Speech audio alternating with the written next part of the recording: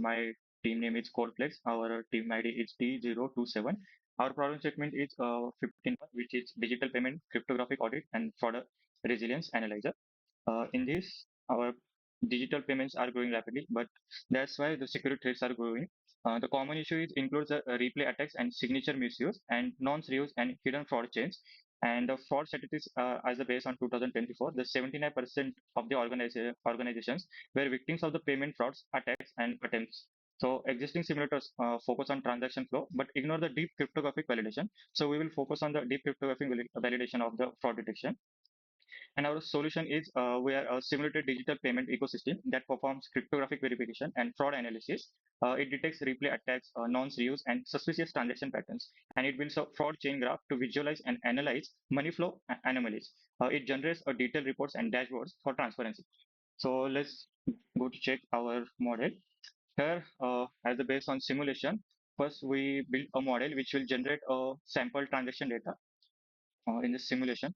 Here we will type the number of transactions we have to generate, and here is the method we have to use. First one is ECDSA. In ECDSA, like example is of ECDSA is if a person needs to send a money, if person A needs to send money to person B, the if person A sends money to person B, it will generate a signature, and the signature generated is the one is the public key and one is the private key. So the system verifies the signature using each public key.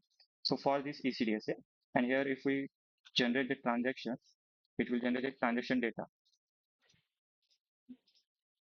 Here is the data. It will include the sender, receiver information, amount, timestamp, non-signature, public key, and transaction type, and message and algorithm we have used.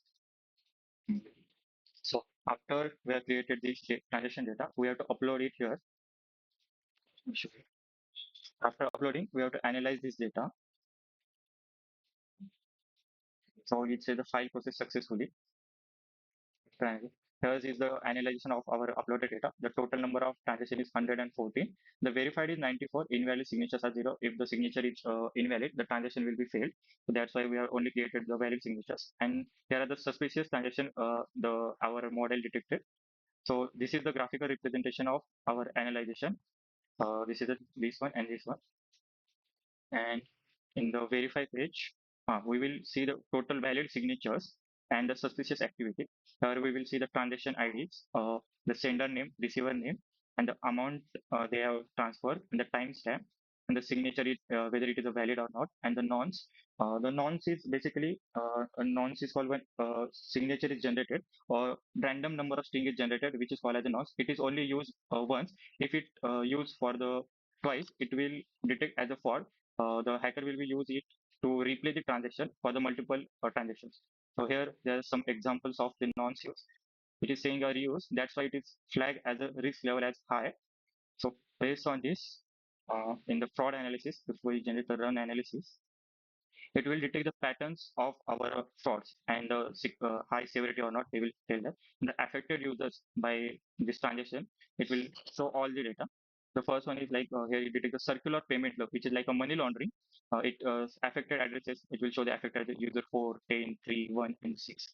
And it says the possible laundering. And involved users are total number of involved users are 5. And affected transaction IDs, the transaction 1, 2, 3, 4, 5, 6. It's a random number, and it will show the transaction IDs, cycle 1 and cycle 2 and cycle 3.